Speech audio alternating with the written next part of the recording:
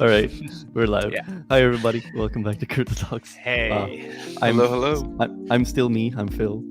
We're joined by. I'll do this. We're joined by Rob as usual. We're joined by John, who is the CEO of Tokibusa LLC and one of my best friends. Love him. He's awesome. And we're also joined by G from Collecty Labs, where he is the CEO as well. He actually interviewed me and Rob when we were working for another project before, and we had a lot of fun. And we were like, we need to talk for more time than this about everything. And now we're doing it, so it's great. So guys, welcome, and yeah, I hope you're happy to be here because I am. And thanks for having me, man. Can't wait. Before the live started, we had a little chat, and you guys are great. And I'm very excited for this call. Yeah, me too, Yeah, man. it'd be great. I've missed you, man. We had so much fun when we were. Bro, it's been months, and it's Rob September. said we talked about it when Bitcoin was at 25K, and now it's almost at 25, right? It's like 2K left. And so, is this like, are we gonna like meet only when Bitcoin hits 25K? Oh, I hope not. Yeah, but that could be for the next 3 years, so we've got plenty of time.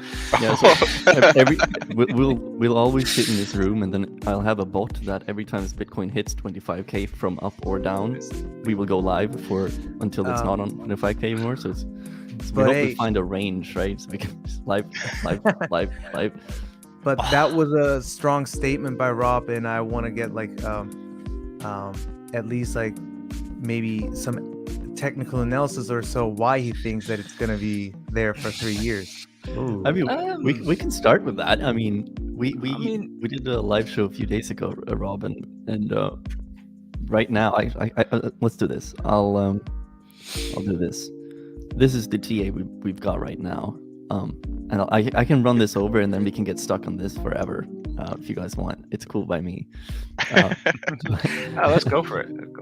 Right. So we did a lot of TA here in the past show, in the past 2 weeks. We had a trend. Actually, I've removed that. I just noticed, so I'm gonna put it back. But we had a trend line right here where we said, actually, is it there?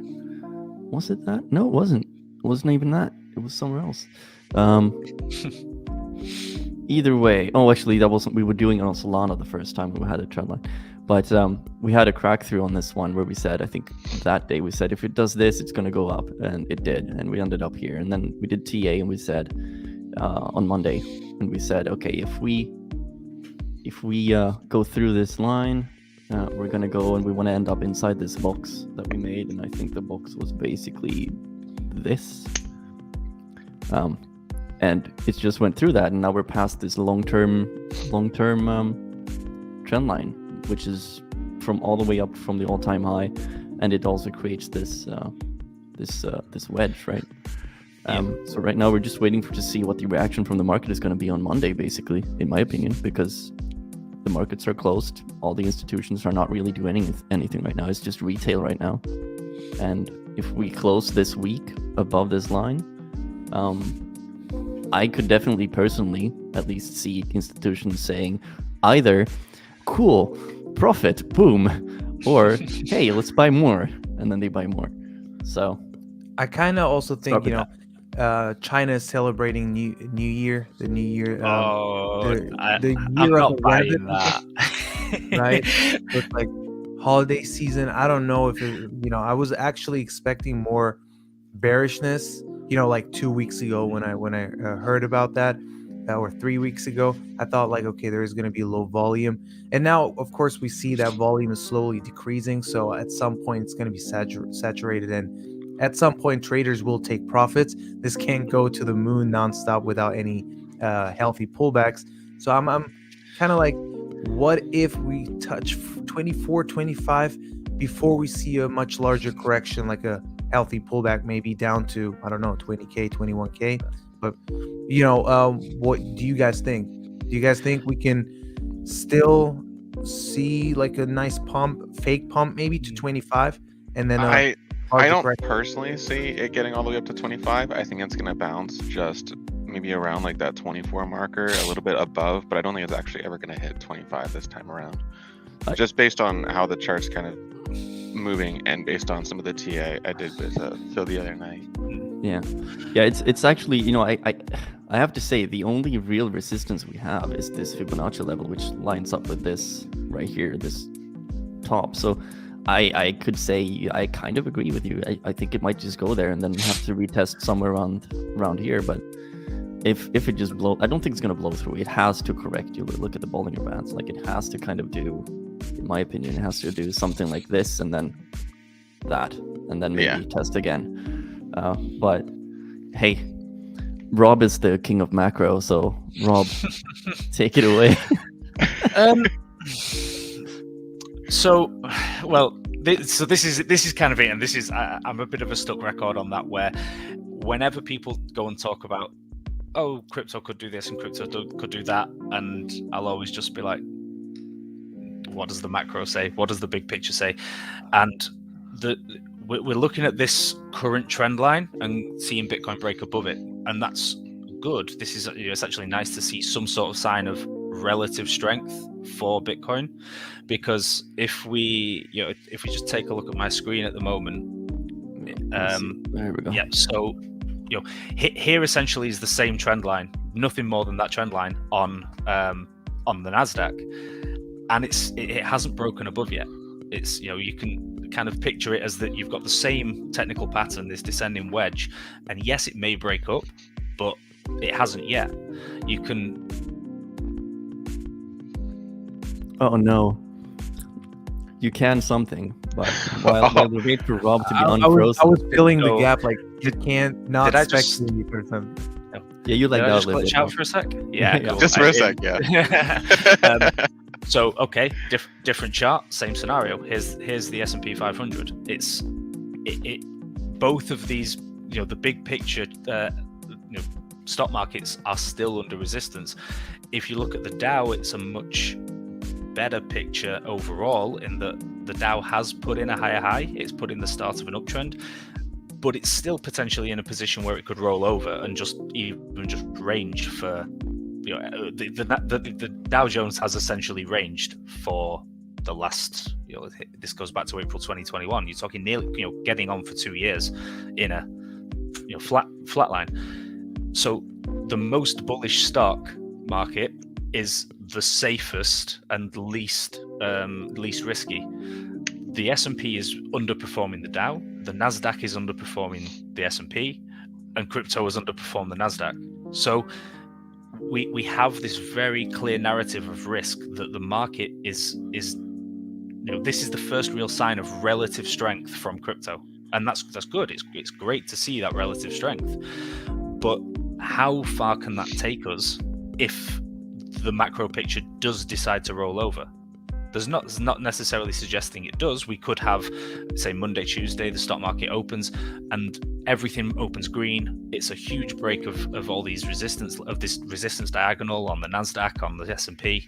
The dollar breaks down further. If we go down to the DXY, then the DXY is continuing to break down, but it's coming down to this previous swing low, and it may well stop. The dollar could come all the way back up to, say, 110. Is that something that people are ready for? Because that is going to have a severe negative impact on a stock market that's sat at resistance. Yeah. So it's too early to tell yet. It really is like there is no confirmation. There are bullish signs building. I believe that crypto and Bitcoin in particular, the accumulation and the on-chain narrative, the visible accumulation on-chain shows eventually there's going to be a pump up. There has to be, because the market will simply run out of sellers at a fundamental level, and it will need to move into a new supply zone in order to find those sellers. So it's good to see, and if you're looking at Bitcoin in particular, there is that clear sort of familiar pattern of here is a big long trend line that you can see on the weekly so far we held quite successfully, but just getting rid of that, you can see there is that kind of, this is a day behind, so it's a little bit it has actually broken out, but the BLX only shows yesterday. Oh yeah. But you have sort of this this clear comparison of what happened when this breakout happened in 2019. It went absolutely flying, but it was still fundamentally a bear market rally. It wasn't a sustainable rally, and we ended up coming all the way back, and going from coming all the way back down to the fib levels. It did come right into the golden pocket on and Oh yeah, so anybody buying up at these highs was really sort of they ended up in a loss for over a year and a half, and I was quite good at buying the low of this range. I didn't buy anything above $10,000, but I still had to contemplate with my $9,500 Bitcoin buys being down at below 7,000 only 2 or 3 months later, and that sucks. And in the same sort of pattern, there's we're here in this sort of scenario. There's if we go back to the log chart, well, we are saying we're at this initial breakout. Yeah, we've had it here. So yeah, there could be this went on for it was 12, a while. This was this was a 3-month period, and we're talking about, will Bitcoin get to 25k? I'm kind of wondering if it'll get to 40k. And that's not me being perma bullish or hyper bullish. This is if we go back to Monday, and I was very much still the same sort of cautious level in our TA chat on Monday, where I was saying, okay, we're still below this diagonal, as is the Nasdaq, as is the S&P. Well, now Bitcoin's broken out of that, but Bitcoin has led the way. Now that could be excellent. That could be a sign that that the market is really seeing some value. But similarly, it could just be that something that dumped far further than it should do, especially on the back of the FTX collapse, it went too low, and so now it's simply mean reverting back up, and it's doing so short squeezing along the way, because euphoria works in both directions, and we've had so much bearishness for so long that the bears are doing shorting 16, 17, 18k Bitcoin exactly the same as people were longing 60,000 Bitcoin. It's the same trade, just flipped upside down. So these short squeezes, although they can really send Bitcoin high, and if the market does continue to break out, then the macro market, the traditional market, does continue to does break these downtrends and break out. Yeah, Bitcoin could go far, really far, and it could go far without any sort of real meaningful pullback, similar to 2019, similar to the way it went down. If we look at in the lunar collapse, that was 62%. Yeah, 62% in a matter of from April, May, June. It was 2.5 months. So the reverse can absolutely happen, where it's the bear's turn to get wrecked. And I've always been quite consistent with my statement saying Max Payne for the last 6 months is not down. Max Payne was not. It was up. Max Payne is getting everybody to short, is having everybody sat in cash, and then watching Bitcoin go 16, 17, 18, 19, 20, 21, 22. Should I buy? Should I buy now? Oh, well, what if it only goes to 25 and rolls over? I'm not going to buy. It breaks 25. Oh shit, do I buy? Oh no, it's not going to go above 30. Boom, it breaks 30. Right, I like your interpretation of a panicked buyer. Yeah, now I have to buy at 30, 32, 33. Okay, now we can dump. Now we've found the supply zone. Now we've found people willing to part with their money at elevated prices. And especially considering the huge amount of stress that the macro financial environment is in, this is not over. There will be more dumps, more liquidations, more collapses, more insolvencies. It's kind of inevitable based on the economic data.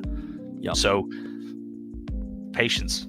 But at the same time, that doesn't mean I'm macro bearish, but that doesn't mean I'm not short-term bullish on Bitcoin based on the fact it has it's moved very convincingly.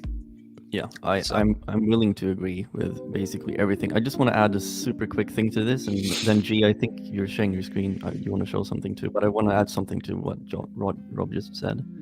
So I'm going to do this. Currently on Pionex, and because I got the VPVR here, so we're currently down here, right? This yellow line right here, the trend line, is the 730 day, which is the 200 week moving average. That's the resistance line, but we're literally, until we get to this line right here, and then maybe this one, this range, we have no volume at all, basically. So that pump past 25, that's when you're in the deepest valley of volume, which means there's probably not much resistance all the way up to here. And that's all I wanted to add to that. Yeah, you know, because you were talking about a huge pump, and I can definitely see that happening. We have a small one here, which is one of the fib levels, right? Which is between right here and this top right here. But that's it. And then we have just a huge valley of volume where there's not much to do. So a break of that up to, or a test up towards that 200 week EMA, or 200 day EMA, sorry, is, you know, technically just looks, well, it's inevitable. It's going to happen at some point. So it could very feasibly get up there, play around at that 29,000 level, 28, 29, form a base there, for, you know, form a sort of flag, which either, you know, we see that demand really come in and drive prices higher and break that 30k resistance level, or it goes, no, there's more people taking profit. There aren't enough organic buyers, and maybe it tops out up around there. Yeah, that 30k level is the peak. Is kind of It could flag here. So we don't know. This isn't a strong uptrend, but it's a significant break of certain bearish technical indicators, which means you have to add a bullish bias to your analysis. Mainly this trend line is what is showing us the bullish momentum or the bullish sentiment. But weekly RSI is good as well. Can you Phil, just read this chart real quick? I just want to add this. Now, I was hoping your chart, please. I just want to sure, on your price chart. Just want to share this. Now, I was, of course, like I'm always saying that, you know, we need to design a game plan. We don't, like, it's all predictions, right? It could have really gotten down to 13,800. I mean, it was possible, but still, you know, it's always risky to dollar cost average in if, you know, there's a chance to see new lows, of course. But on the other hand, if, you know, you didn't buy at 13,800, like, or let's say you didn't buy at 16k because you were thinking Bitcoin might drop to 13,800, it's fine. We're not here to time the bottom, right? Or to time the top, but it's important to have a game plan. And now that Bitcoin has seen that in like crazy pump, of course, sitting there and just waiting for 13k doesn't make sense. We need to adapt, right, to the changes here. And so Rob is definitely right. I believe everyone, including me, who like was maybe expecting 13k, not even 12, but like 13,800, right? That last leg down is probably now like thinking, okay, I'm gonna get in after a healthy pullback, and everybody's waiting for that healthy pullback to happen around 25k maybe. But what if Rob is right and it's not going to happen, and it keeps going up and up, and we're like, damn, and then at some point we FOMO in, because that's human psychology, and it has been seen multiple times in the previous bull runs. And and another thing is, to be honest, I was like, when I did the market update calls on Zoom, I was saying, you know, I personally, based on my game plan, I'm waiting for 13,800 just in case. I'm fine if I need to buy above 20k. If I see a bullish trend, then I'm gonna buy in again. But I'm waiting for 13,800 for my first purchase. But the funny thing is, I was still kind of thinking of, everybody's calling out for 12k. Everybody's saying it's going to go down to 10k, 12k, and the structure, right?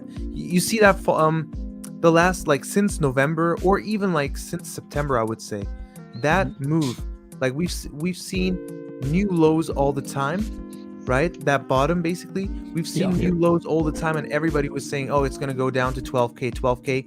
It was the same thing like back in summer of 2021. You see, we had new lows all the time, and everybody's like was saying, hey, it's going to go lower, and all of a sudden we've seen that break.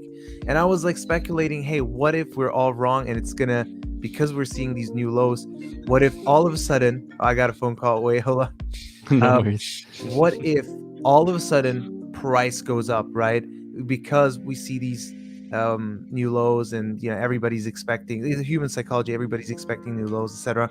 So yeah, and now I see, okay, we're finally going up 13,800. I don't think it's gonna happen anytime soon anymore, so we need to like find great levels to get in again. And I want to share with you guys my on-chain data. Basically, based on the macro view of the global in-out of the money indicator, so in short, IOMAP indicator, the current price of Bitcoin is at 23,200. But you see on the macro view, we got around 5 million wallets, right? 5 million wallet addresses holding around 2.3 million Bitcoins and purchase at an average of 32K. And you see, there is such a big resistance at that level. So Rob, yeah, we could easily break 25. But let's check out the short term on the micro, no short term. I want to say micro. From the current price, this shows you the 15% upside and 15% downside.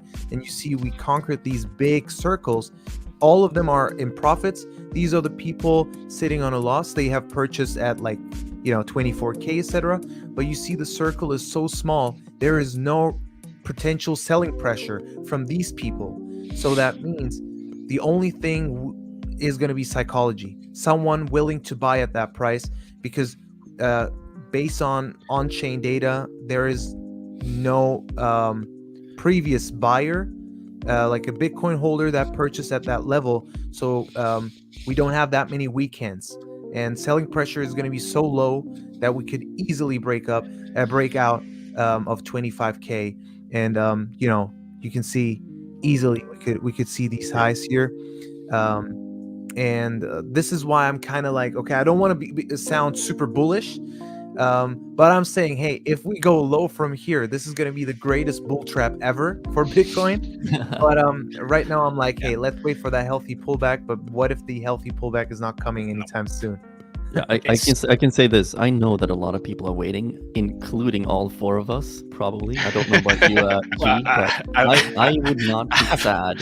Yeah. I would not be sad if I saw on my chart real quick. I'm just going to point at this. You see this golden pocket right here? I would love to see the price down there, personally. Hey, I would deploy everything I have at that point. Yep. But for me, it's about the range, the fib level range. It's the range. That's where I accumulate. I try to accumulate the bottom of the ranges all the time. You see, man, right here, I was about to go all in. Like, I'm not a fan of dollar cost averaging. Like, every dip you see, I love to do that in a bull market, but there is just too much risk involved. But scientifically proven. Also, Vanguard released a nice report about that, scientific like a research that it makes sense. A lump sum investment, if you know that the price is going to go up from here, a lump sum investment early on makes sense, right? So because you want to keep the average price as low as possible. And so I was actually planning to go all in at 13,800. So not by all in, I mean 60-70% of my money I want to dump in, right?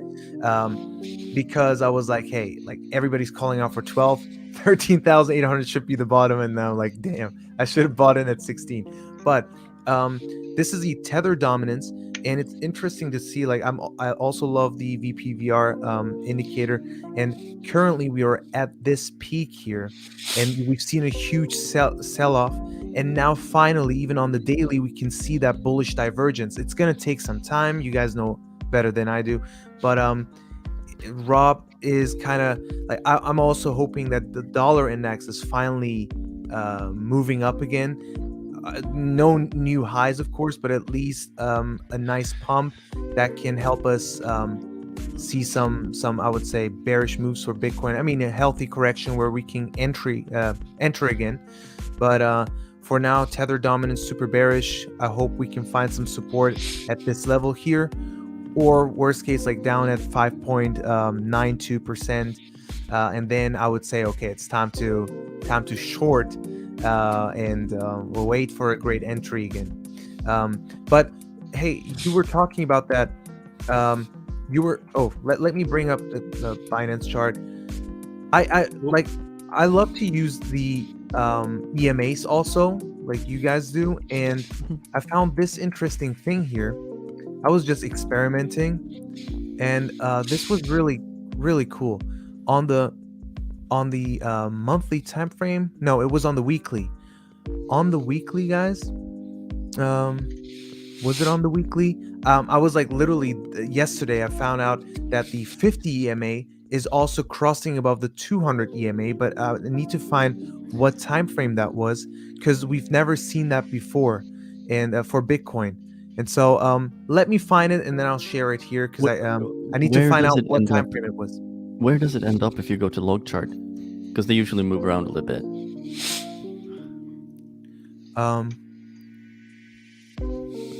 Let's see. You might. I don't know if you're like me, but I almost entirely exclusively look on the log chart.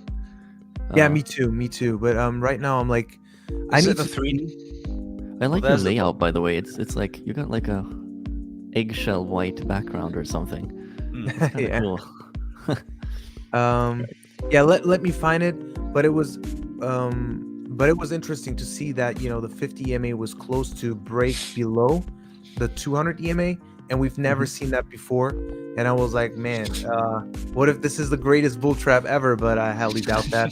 But let me find it and then share it with you. Okay, cool. So I'm just gonna do that. Okay, cool. So John, I actually have a question for you, because I know you have a lot of cool friends. Okay. I just want to preface this because we're doing kind of the crypto talks together with John and Rob, right? And we said, what should we name ourselves down here? What should our names be? And we said John should be John knows everyone. Rob should be knows everything, and I should be Phil knows John and Rob, because it's just true. But either way, so John, my question to you is, what is this like? Talking to your friends, let's say, the VC boys and all that. What is the sentiment right now for them in the market? Like, what are they thinking? So quite a few of the guys, as far as like VC goes, venture capitalists, they have put like a slight pause, trying to figure out, again, like he's been stating, if this is just one big bull trap, and that there's going to be a quick kind of like pullback, and no one wants to be out potentially hundreds of thousands of dollars just because they made a shoddy deal based on their TA analysis. Right now, kind of like Rob said again, there's just a lot of people waiting because there is no for sure signs, which is again why I didn't think that it would hit the 25. I feel again like it would be just kind of curving right underneath the 25 before a nice kind of correction goes into play. I can totally be wrong. We can all be wrong. Yeah. That's the whole thing. We could be completely wrong. Yeah, all of us. Based on what you just said there, John, was it, you make the mention that say everyone's waiting to buy. What happens when everyone's waiting to buy? That's not downtrend material. And the kind of thing to think, this is a new year. That means new capital allocation. It means that portfolio readjustments. It means there has been some interesting international news in that regard as well. So with the kind of like burgeoning market of crypto and more countries realizing how they can use it, there have been larger remittance payments using crypto than basically any other form, which is kind of exceptional. And with that in mind, you're having a lot of, that means smaller sellers using crypto in order to kind of make ends meet without maybe their government knowing about it. And in some circumstances, governments are actually using crypto to basically run their back end of the financial system. I know that India is looking heavily into it. I know that I believe it's, I'm totally blanking on the place that bought all the, is it El Salvador? Yeah. It was all the Bitcoin. Yeah, they're And, building Bitcoin City right now. It's kinda Yeah, crazy. yeah. And there's a few other South American as well as African countries who are starting to gain access to cell phones just so they can have wallets. And as the number of wallets continues to expand, it's definitely bringing a lot of people into the marketplace, even at a minimal investor level. So as you start to see more and more of these minimum people kind of getting into it, that's when the VCs are getting more interested, because then they know that they have the customer basis for what they want to invest in.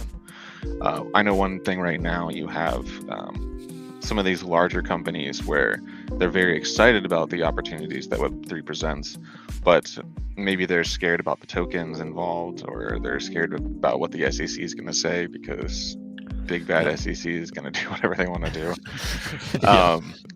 In a different context, though, they are also looking for the genuine opportunities of how to further their business. And so if that means getting involved with a company that maybe isn't releasing a token, but they're willing to help you work on maybe avatars for a metaverse, or they're willing to help you build out how your world would look. There's all those different aspects, and it kind of allows them to shy away from necessarily needing a wallet right away, but still giving them access into the Web3 community, and therefore slowly more or less breeding that activity that we need for a serious uptrend of just wallet holders and investors. Yeah, it's kind of crazy, because you mentioned, South America and South Africa, and I know that, or Africa, I know that when everybody knows what a CBDC is, it's basically just a digitized dollar, right? It's the anti-crypto, but it is crypto. The anti-crypto crypto. Yeah, it's the anti-crypto. For some reason they say it doesn't work, but then they want to do it themselves, and that should work. But okay, let's skip over that. But CBDCs were introduced in Nigeria a couple of months ago, I believe, to test it. And the result of that was that I think 75% of Nigerians are now Bitcoin holders because they were like, no thanks. 0.4%, I believe it was. Correct me if I'm wrong. 0.4% adopted their CBDC, and the rest went to Bitcoin instead. Nigeria being a country that did have one of the largest, it has one of the largest adoption rates in the world as it stands. And it was interesting. I'm pretty sure it was sort of Q2 2021 when Nigeria banned Bitcoin. You're only talking like 2 years ago. Yeah. And as a result, Bitcoin started trading on Binance, and all of it was trading at a huge premium, because you had, sorry, not on Binance, it was on like local Bitcoins on the site where you could get hold of it. People were willing to pay huge premiums because it was banned. Like the game theory around crypto is so perfect, because. Me and Phil have had this conversation before, like multiple times, because Phil is, very, very anti-CBDC. I think purely from a mostly ideological level. Yes, and I think most crypto people probably are, because it is You have to. You genuinely have to wonder, though, how many newer crypto people, and I mean people within the last 2 years, even really understand what a CBDC is and all that kind of jazz. Probably not. But then my view on it is that a CBDC is simply an evolution of the monetary system. The monetary system is still in its analog phase. It's still even though it's credit cards, it's, the credit card system, this current system of stupidly high fees and a monopoly on 2 or 3 companies running the whole bloody financial system and taking these chunks and chunks and chunks every single time, it's ridiculous. That in itself requires overhaul. CBDCs, regardless of the potential drawbacks, and those drawbacks kind of always tend to stem back towards totalitarianism and control. Well, it kind of depends whether you've got a totalitarian government or not. Like, a CBDC is simply a tool. It has a tool, and a tool in just the same as Bitcoin it's a perfectly valid criticism of Bitcoin that it's a tool that can be used for money laundering. It's not a very good tool for it, but it's a genuine, it is a real thing that has actually happened. It's been used by criminals. It's been used to transfer money between nefarious parties. That's a completely true statement. And it's an equally true statement to say that CBDCs could be used in this sort of nefarious dystopian way. That doesn't mean it doesn't have good bits, and it doesn't mean it's not useful, and it doesn't mean that actually it will bring our financial system into a more modern era.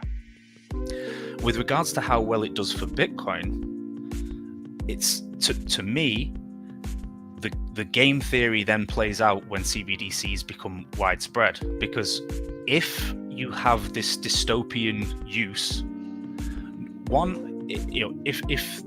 if however dystopian the euro goes, the digital euro goes, that incentivizes the US to be less dystopian, because that will create capital flight from the euro to the US.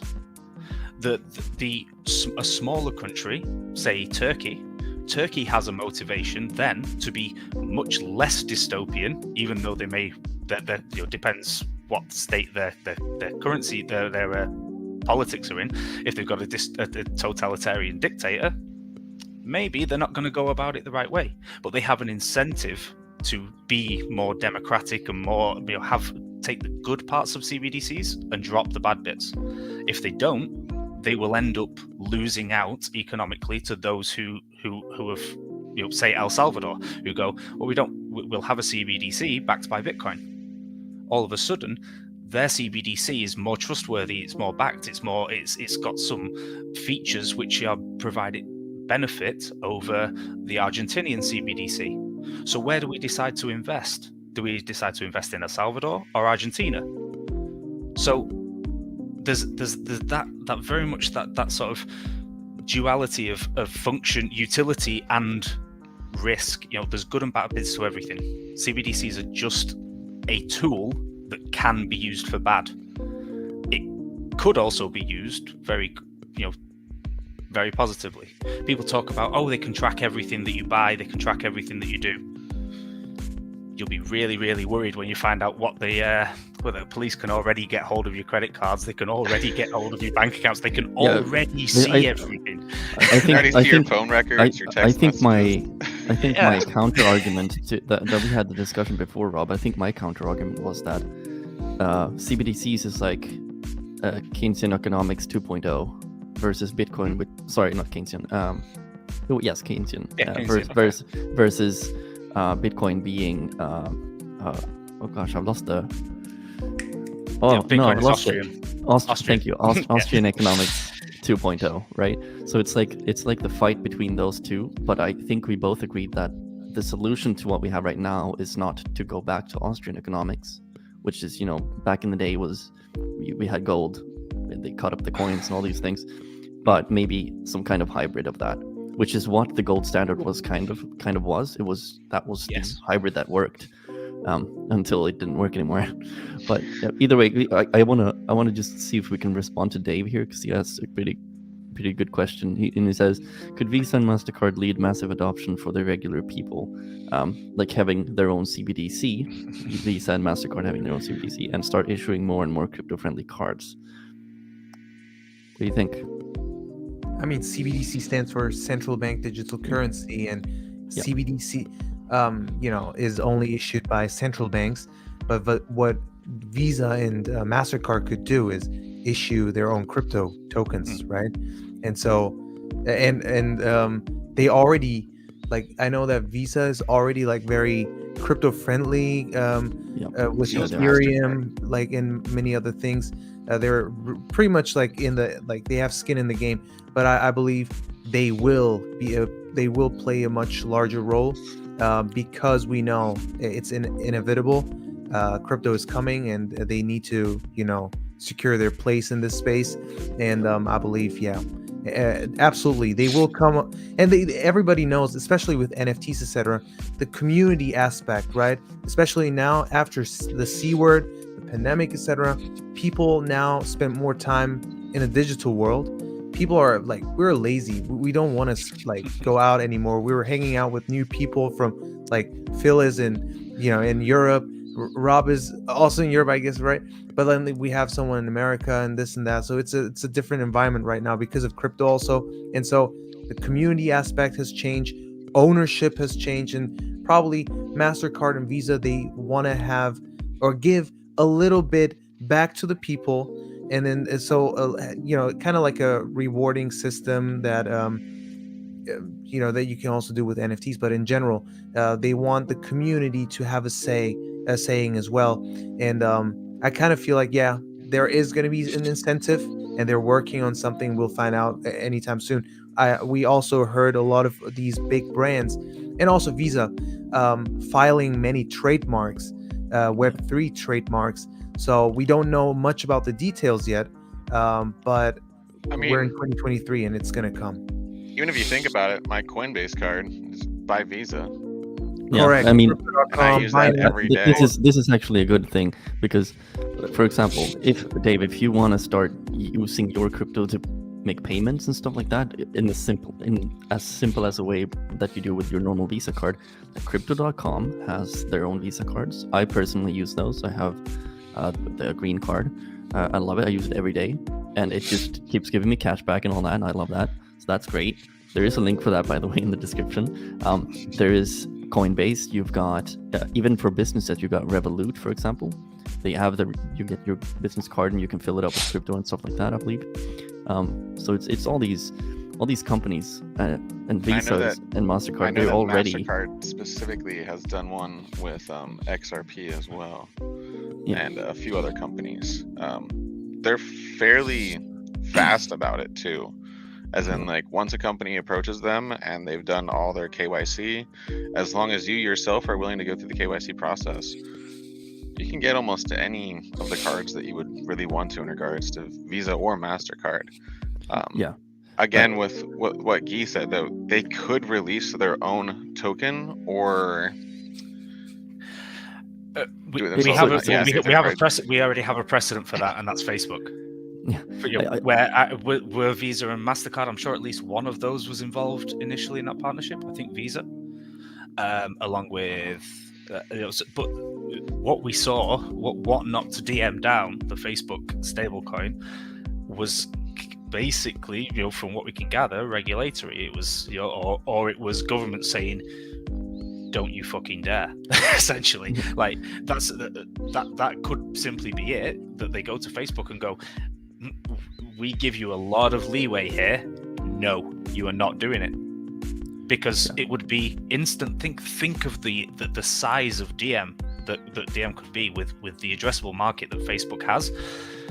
All of that value, look at Facebook Marketplace suddenly becomes its own marketplace, and Facebook becomes a central bank to half the world. Facebook does become Instagram, the central bank, and whatever else they own. And WhatsApp monetization. So immediately you've got all the chatbots, everything on WhatsApp can be instantly monetized with their own dollar stablecoin. But the potential market of that is absolutely gigantic, and that would in itself be a threat to the dollar, because it would enable people across the world to transact simply within an app. And all of these financial institutions, say Visa, MasterCard, PayPal, there'll be a whole host of companies really put out by that. Yeah, but so if you think about it this way, like the way that Visa works, it's a payment system, right? So what they want to do, they want things to be third party. So all they do is issue a card, and then people can use that to transact, right? That's what they want to do. I don't think they would like to have their own crypto or their own blockchain, like the Visa blockchain. I don't think they would either, mostly because they don't want to have to deal with the regulations involved. And it's like, why would they even change their entire business plan for that? I think what they want to do is they just want to adopt and issue cards that are used by crypto firms like Crypto.com. They're Because selling shovels, basically, right? So smart. I like that one. The thing the way I kind of it's a good example of why when people are bearish on stable coins like Tether, and they'll go, they are utterly convinced that Tether are just printing billions of dollars out of complete and total thin air all of the time. They're never collateralized, they're never backed, they never do anything, they've got no money, it's all a sham, it's all a scam. And the reality, that's not true. Sorry. Potentially. So I'm gonna make an assumption. I'm gonna make an assumption that the leaders of the CEO, the head of Tether, say iFinex, that issue it on behalf of Bitfinex. So I'm going to assume that they're clever people. So let's just run with that these guys are clever. So when Bitcoin hit 20K for the first time, and the crypto market hit 800 billion in 2017 or early 2018, and the total market cap of USDT at that time was less than 10 billion, like significantly less than 10 billion. And what that actually meant was that when there wasn't the same level of USD pairs, you didn't have fiat to crypto exchanges anywhere near the size they are today.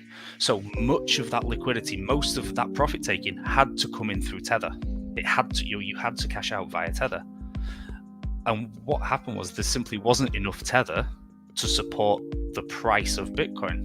You didn't have that on-ramp, that off-ramp to go back into Tether, because there wasn't enough Tether in existence. And this is kind of Keynesian economics at its finest, that as an assumption is that as an economy grows, the monetary base that supports it has to grow alongside it. And so the stablecoin market, as that liquidity layer between crypto and fiat, is absolutely essential. Back in 2017 was absolutely essential, because that's the only way out. So were Bitfinex just printing billions of dollars of Tether out of thin air? Maybe, but I don't really think that makes sense, because for starters, they managed to redeem constantly, and two, it makes perfect sense that there was a growing amount of Tether, because there was a growing amount of crypto market cap that needed this stable layer to support it and act as that intermediary. And you then saw the stablecoin market continue to grow even throughout 2018 and 2019 as the bear market hit. Well, not only Bitcoin wasn't the only thing, Ethereum wasn't the only thing that became much more widespread and well known about in 2017. Tether became like, wait a minute, I can hold dollars on Ethereum or on Omni, and I can transact dollars cheaply across the world whenever I want. And people outside the US, and unfortunately all of us, well, whether or not it's unfortunate is a point of contention, we all get the majority of our information and the majority of our media from a very US-centric or Western-centric world. And that is a world of stable currencies, of low inflation, of low interest rates, of financial stability. And even in the last year of financial turmoil, the US has been stable. The dollar has been that haven. And that is immeasurably valuable around the world, to the point where if people want dollars, there's people around the world starving for dollars, absolutely determined to get them. And that comes back to what you said, John, about people wanting to transact using crypto. They want an alternative that they can use that provides them that stability. They don't want to use Argentine pesos when they can use Tether, because the Argentine peso is not as trustworthy as Tether.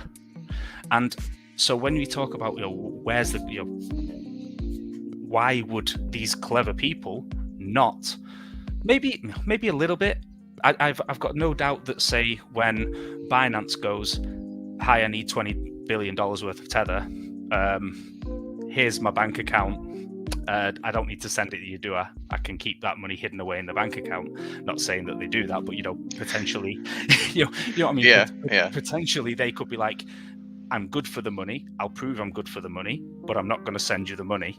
Can I have $20 billion worth of tether? The liquidity was needed in order to pump the market, or the liquidity is needed because the market was pumping. Both statements are valid. Now, what if you are the stablecoin issuer, you would have a incentive not to overextend yourself and risk a Luna, to risk a collapse due to basically being, running the whole thing as a Ponzi. And if you can see this trajectory of how so many countries, people around the world, hundreds of millions of people are starting to increase the use of crypto and stable coins in particular, why the hell would you massively pump Tether by 100 million or a billion in a Nice. Wow. if you could, you could create $1 billion out of thin air and go, yay, cool, I've made $1 billion. But why do that when you know that in future you're probably going to be one of the largest dollar holders on the planet in terms of, when Tether, USDC, BUSD, when they have a market cap on their own of trillions, all put into US Treasuries yielding whatever, currently 4%. If you can get $1 trillion at 4%, that's a pretty good deal. That's a hell of a lot of money. It's a lot more than artificially pumping a market to oblivion when the market is so tiny that it's kind of inconsequential in the big scheme. Hey, this is interesting. When you talked about Facebook before, I was like, man, if everybody's using Facebook's virtual currency, Libra, right? Imagine people are gonna transfer money to Facebook to convert it to their virtual money. So Facebook is gonna pretty much become a magnet, suck all the liquidity from the market and become a huge whale for a huge dollar holder. And that is a huge systemic risk, maybe, if billions of people use that, right? And the same thing, absolutely, I'd never thought of that stablecoin provider, in this case Finex, that they could, if billions of people are going to use Tether, they're going to convert their currency or their dollar, and then they're going to be a massive holder of dollars, and that could be a systemic risk, maybe, also. And probably they don't want this. The central bank is definitely going to intervene and say, hey, we want to have control, so you guys should use our currency. And this is why I believe UST was it was all by design, I would say. Soon you're going to see another collapse of another stable coin, maybe, right? And then sooner or later they're going to come out with a stronger stablecoin regulations and say, hey, forget about these stablecoins. Use CBDC to buy your Bitcoin. It's safe. So I have a theory. This theory again is based around people being smart, and that is a big stretch, I know. So everybody, just letting you know, he's not. I'm not talking about you. I'm talking about particularly I'm talking about the likes of Jay Powell, where if they have a financial brain cell and understand the market that it is existing today, which immediately excludes Jay Powell. So I'm sorry. Okay, whoever's the Fed chair next, hopefully they have a brain cell. Crypto is going to keep growing. And if crypto keeps growing, the stablecoin market is going to keep growing. Those stablecoins have to go somewhere in order to generate the dollars that those stablecoins are backed by will have to go somewhere. USDC and USDT both claim or say that they are, USDT anyway said that they are 100% moving towards US Treasuries. They'll be in short-term US Treasuries. So that's dollars that is generating a yield. Now, if the US government wants to issue an absolute boatload of debt, they need buyers for that debt. I think that a rapidly growing crypto economy with billions of dollars around the world wanting access to, or billions of dollars of foreign currencies wanting access to dollars, they could buy US treasuries themselves, but like that's not really a normie thing to do, is it? You know, normal people don't go investing in bonds. But what they can do is they could buy USDT. The USDT is used to buy huge amounts of US treasuries, and USDT themselves could start to offer a yield on stablecoins, which was completely sustainable because it would essentially be backed by US treasuries. It would create liquidity limits in terms of getting the money out, because those, if you've got a US treasury that is currently sat in a hole, the yield is higher. You know it's going to normalize its price back at maturity, but it would currently not be worth the total value. It would be worth 99 cents on the dollar, say. So there would only be so much liquidity that could be drained out at any one time, but still the size of that boat, and if everybody was just transacting tether around, knowing that these tethers are provably backed by US treasuries, you've just created a market that can handle an absolute ton of liquidity completely organically. Now, CBDCs may well do that same job. What I would anticipate is that CBDCs eventually will be able to generate a yield in the same way, and so people will simply swap stablecoins for digital dollars, and Tether would start backing their Tether with USDT. Bro, that's an interesting theory. And that is what the world has an issue with right now is not the common misconception is that the world has too many dollars, and it's false. The world has too few dollars. The world is crying out for dollars. That's why the dollar has gone vertical in the last year, because there's trillions of dollars of debt which needs servicing with US dollars.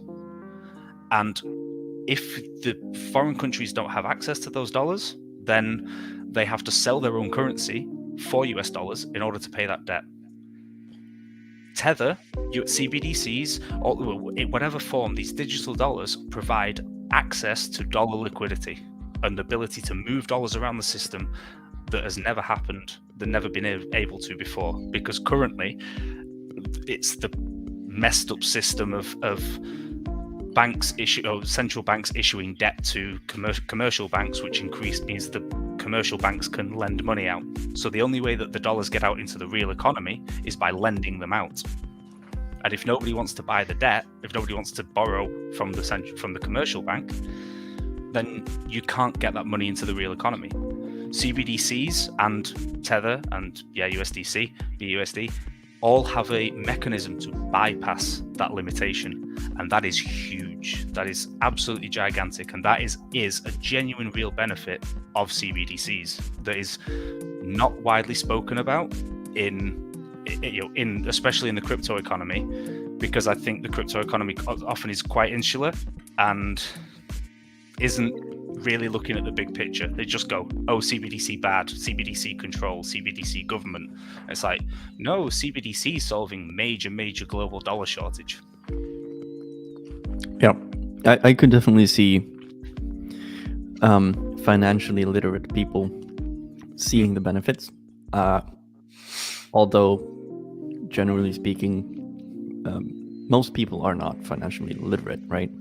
We all know that this is a thing that we have gotten into, and we've learned about this stuff. We've studied this for years to understand this level of understanding. So the overall market reaction is probably totalitarian. But if you are a Japanese central banker worrying how on earth to access sufficient dollar liquidity in order to pay back your dollar debt, then exactly, you will understand that mechanism very well, and they're the guys with the money. So precisely. So essentially, definitely have a lot. the flip over to a dollar-denominated CBDC or backed CBDC or whatever you want to call it. It's not even backed. It's the new dollar. It's a new dollar. It's probably the only CBDC that will actually be useful. Well, in that regard, because maybe the euro and all these things might work, but like the Swedish Yes. crown, Probably not. No, not really. sufficiently, because what will happen is you'll have, say, African countries being able to borrow, or Asian countries, South American countries, say, being able to, developing nations being able to borrow euros, dollars more efficiently, because there will be a mechanism to immediately get these dollars out into the financial system. So if you want a loan, you can just go get one, and that is huge. But say in terms of what it will mean that if the dollar becomes too strong, then people will simply move to the euro, simply move to the yen, move to the yuan, move to CBDCs, very ironically, will assist a free market of currency exchange, because it's going to provide, how many people do forex trading? It's not really a thing. If you put it on chain, if you put it in exchanges, if you have this ability, in the same way you do Binance, you can move between pounds, euros, dollars, a whole host of fiat currencies. You can be a forex trader on Binance. Yep. Now, CBDCs will enable anyone to be a forex trader the same way that they're a crypto trader, and it's a big boost in a certain number of ways. I mean, even stable coins does that, to a degree. Not that people use it for that most of the time. They usually, used to do the trading pairs for crypto, but And even then, most it depends on what things. country you're in. Yeah, there is no stable coin for the Swedish crown. There is one for the euro that like 6 people use, but I had a grid bot in like July to September set up. You keep laughing at me for using grid bots on Binance. Yeah, for crypto, because crypto moves too much. But my grid bot was on GBP USDT. Ooh. That's clever. Yeah. So that was, and so that was something which, being British, the worst case was I ended up being saturated with more pounds than I had before. I would basically use the grid bot to, as you do with, say, Solana or Bitcoin, say you're buying the dip on the pound. You can do that on Binance, and CBDCs will just increase the way that the amount of volume that can be traded across fiat currencies. And what happens to something when the volume of trading is increased? The price tends to go up, or the value tends to go up, because value is a function of liquidity. Do you think the value of the dollar and other international currencies would then start to not necessarily like level out, but get closer to one another in regard to what their actual value is? Sort of Or like do you think arbitrage that- between different assets. I think if the current arbitrage of fiat currencies is kind of limited to a few people who can manipulate for things in a certain way, which we've seen huge currency manipulations, timings around rate hikes, for example, where they've done currency swaps, and you can see in real time on the charts all of these currencies, the Canadian dollar to the Aussie dollar to the yen to the Canadian dollar, and the Canadian, all of those compared to the US dollar. You see them all moving, boom, immediately, tangent, like they just, boom, yeah. And this is viewable in real time, but there's no, like, this is done at a central bank level, not at a commercial level, a retail level. And if you give more and more people access to these tools, access to this liquidity, access to this money, you're going to see a lot more people doing things like borrowing in euros, immediately buying dollars, and then trading in US dollars. But they'd rather hold the euro debt because they think the euro is going to depreciate more against the dollar. You understand? Yeah. So it's that these different plays come along where you have these little arbitrage opportunities. You've got funding rates and shorting currencies. Interest rates are basically a funding rate, where if you're being paid an interest rate, you're going to want more interest to, the same as bond yields work now. You want more interest to hold European debt than US debt. That's actually quite a cool concept, especially on the international scale. Yeah. I know that, sure, taxes would probably come into play at some point and all of that, especially if you're holding international currencies.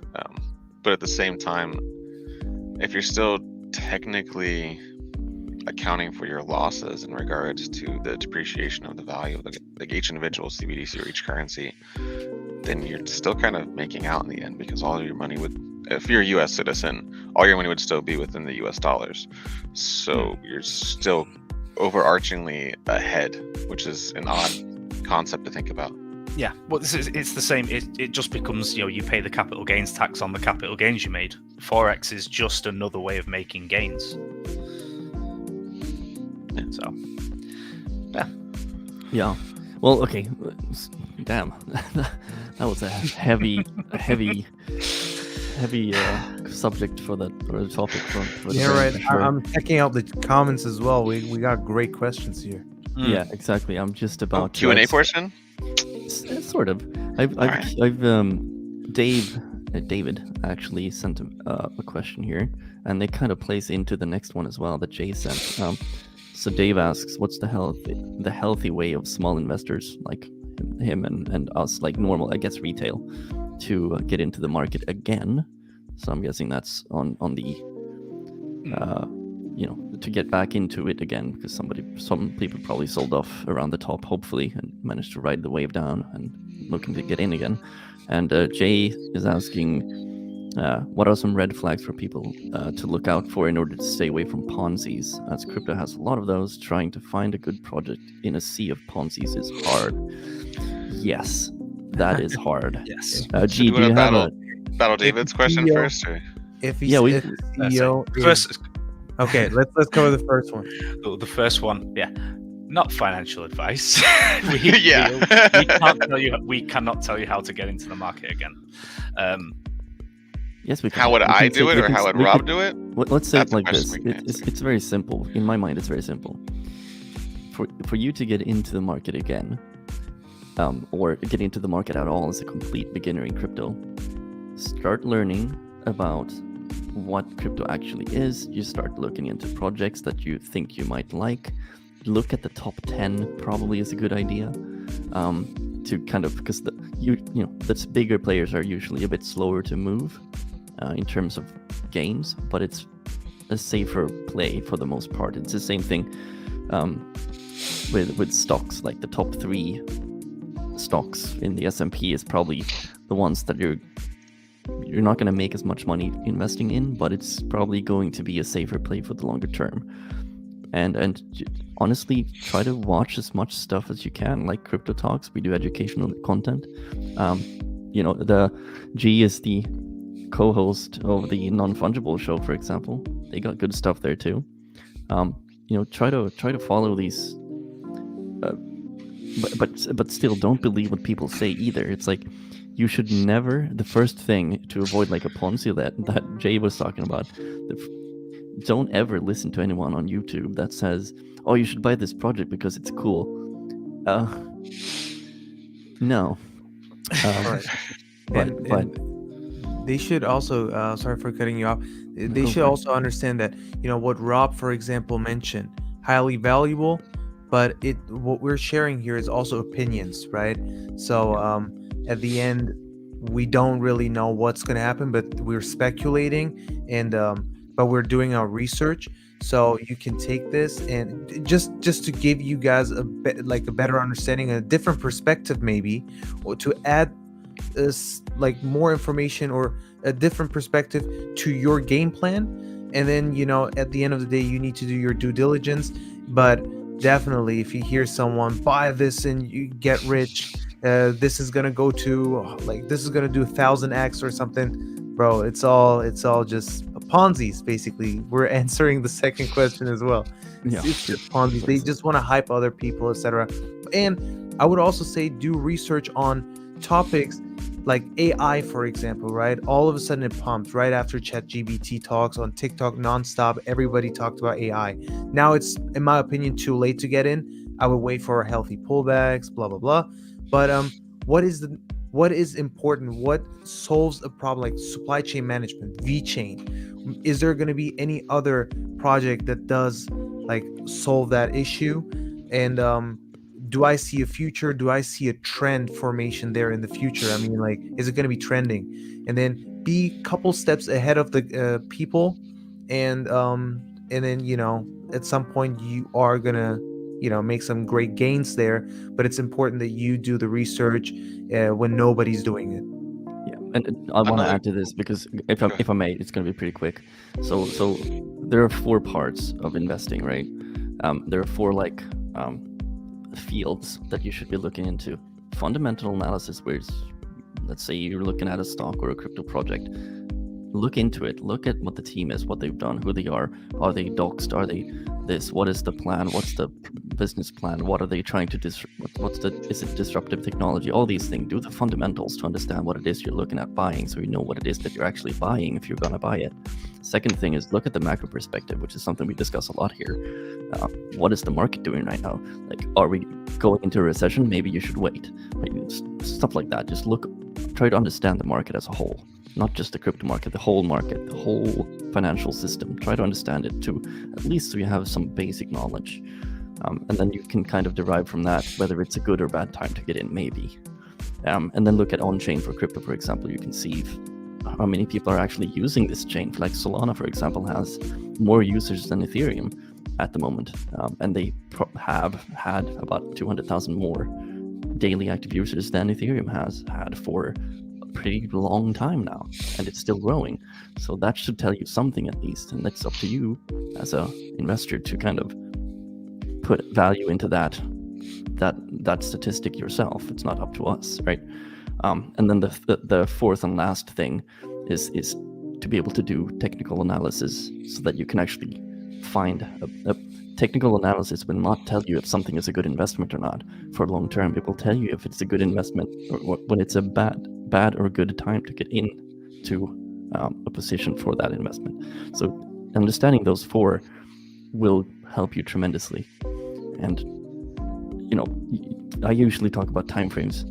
You got to know what type of person you are. Do you want to be a long-term investor, or are you looking to be a day trader? Are you looking to be a scalper? Who are you as a person? What do you want to do? What is your risk tolerance? What is your time frame? All these things you have to take into account before you even think about buying something. Even something as safe as Bitcoin, for example, in my opinion, and that's an opinion. So that's just my take on it. That's probably One of the last things that I would say in this regard, especially with the research that I focused on, especially talking to VCs and such, knowing what Web2 businesses are successful right now. Companies like Nike, Adidas, basically anyone within the shoe industry is doing fairly well. Anyone in the sports industry is doing fairly well. Anyone within the car industry that's doing fairly well. You just take those types of businesses and do the basic research of what blockchain are they associating with, if any. And that has been honestly quite helpful with trying to learn about which blockchains are being used in what ways. Like Polygon with the Matic token. Polygon's being used by some very, very well-known brand name companies. And on an international scale, they're trying to genuinely connect themselves on a deeper level within the Web3 community. I know that companies like Starbucks, I believe Instagram, and Meta, the Facebook company they go by, almost all of those should be on Polygon within some form or fashion. Whether they're using it as a technical solution to what they're doing or they're building another token on top of it, I can't say. But they're definitely using those blockchains. And as you continue to see these larger Web2 companies invest in these types of blockchains, that just means that more wallets and more, I'd say, opportunities are just available to you. Catching that news may be a little bit more difficult at times because it's not always very talked about when a larger brand name wants to get involved in a Web3, just because there has been such apprehension. But it's definitely out there. The information is available to you, and you just have to be willing to do your own research to figure out what's the best thing for you. yeah. Cool. So my kind of what's my view? My view is essentially market is risk off.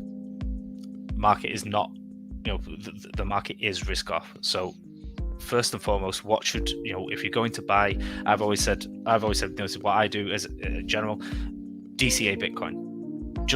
I treat Bitcoin as my long-term high interest savings account. And simply nothing more than that. I'm basically saving up in the same way that 20 years ago you would do in a bank account, which would yield you 5%. Bitcoin, on its typical history, has yielded significantly higher than that.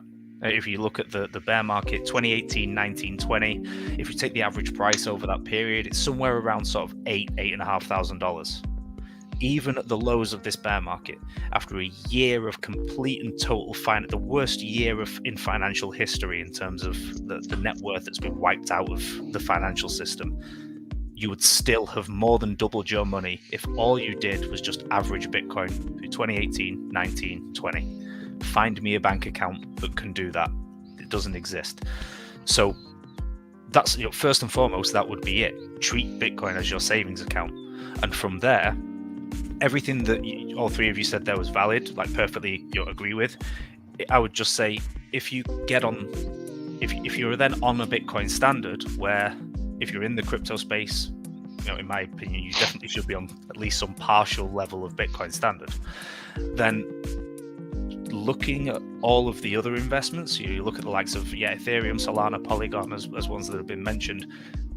What is the relative risk and reward versus Bitcoin? Because a lot of people will look at the relative risk versus the dollar, and they will ignore, people often still don't really look at Bitcoin pairs. I think people look at Bitcoin pairs even less today than they did in 2018, because back in 2017-18, there were an awful lot of pairs. I used Bittrex, which I don't know anybody that uses Bittrex now, but it was the second biggest exchange after Binance in 2017 at the time. They had so many coins that only had Bitcoin pairs. They didn't even have USDT pairs. And what you see is, if you're on a Bitcoin standard where you've made a commitment based on Bitcoin's value proposition. So for starters, you have to believe Bitcoin has a value proposition. And if not, then what the hell are you doing in crypto? Because if you don't believe Bitcoin has a future, you don't believe crypto has a future. That's just that's an illogical sentence when you see people that go, "Oh, I'm not buying Bitcoin; it's going to zero and it's a dinosaur and it'll be replaced by everything." But I'm buying Shiba. That is a set of logic that comes out of ignorance. If you like crypto, you must like Bitcoin. If for no other reason than if Bitcoin fails, then your shitcoin fails. So, yeah. So from there, it's like, do you want to risk your Bitcoin, those hard-earned BTC? Now it's at 23,000. So say you've got one whole Bitcoin. How much Bitcoin of that Bitcoin are you willing to give away to buy an altcoin? And are you prepared for that altcoin to lose 80% versus Bitcoin, which is very, very feasible? There's a lot of Bitcoin charts, especially right now. In fact, maybe we could take a look at a few. Sure. Yeah. If you have them open, just let me know and I'll pop it up. No, bring them up. I can have it up in a sec. There you go. I'm ready. Rob always extends his talk so long. I love it, because every time I talk to Rob, I think I'm not going to learn anything new, but I always do. So, here is Cardano versus Bitcoin. Now, so regardless of what you think about Cardano, it might be very, very easy to go, I'm buying Cardano because I like Cardano, so therefore I'm just going to do it because it's going to beat Bitcoin because Bitcoin's a dinosaur. Well, are you prepared for Cardano to come 70% down and touch these lows of versus Bitcoin? Because if you look at 90% of the coins on CoinMarketCap, 95% of the coins on CoinMarketCap, this year they took out the lows. 2022 they took out the lows versus Bitcoin. it's incredibly difficult for an altcoin to beat out Bitcoin long term. Short term, yeah, sure. Like if you accumulated Cardano in 2019, which is, by the way, yeah, not 2018. So when the market bottomed, here was the macro bottom. Cardano ran 120% versus Bitcoin, and then collapsed 80%. Are people ready for that to happen now? Are people ready for 2024 for Bitcoin to go to, say Bitcoin breaks all-time high earlier than people expect, pre-halving, and goes to $100,000? Are they ready for their Cardano to still be 70 or 80 cents? 60 or 30 cents? Cardano is 37 cents right now. Okay, yes, yeah, so FYI. so you'd be talking about a 5 or something X versus Bitcoin and a 2X versus Cardano. That's what are people ready for that kind of thing to happen? Because and if you look historically, these altcoins, here's Aave, BNB, 67% drop there right before the epic bull run. This is on the log chart for BNB, like on the linear chart. It's crazy. But are people ready to see a reversion for BNB back to this trend line? I don't know. The likes of Polkadot, could that come back down to these lows? Flow has been in took out its lows a long time ago. Internet Computer absolutely ravaged from day one. Chainlink has had a huge run up, but it topped versus Bitcoin in August 2020. If you held Chainlink, and I say this as somebody who held Chainlink, admittedly from quite low, but you should have got rid of your Chainlink before the bull run even started. And yet in late 2021, it ran to like $50. I think. Yeah. I believe. So yeah, I think what you're trying to say is that people need to start looking at Bitcoin pairings. Yes. So in terms of how to invest and what to invest in, be wary that you are fighting a losing battle statistically buying altcoins. You may be wrong. So you may be right. You may be better than 95% of traders, and you might be able to trade these pairs. Cool. You might catch Doge. Excellent. I owned 300,000 Doge there, literally there, and sold them there because I'm an idiot, like right before the Giga pump. And so, it's so easy to think my coin is special, my coin is great, my coin's going to the moon, and my coin is going to change the world. Even if you're right, you couldn't be wrong first. And so it's just something to be aware of, that probably a lot of these coins may not have seen their market lows versus Bitcoin yet. It wouldn't be surprising to see a continued consolidation of the market into Bitcoin and into Ethereum and into one or two very particular plays. People, for whatever they want to say about XRP is an oscillator versus Bitcoin.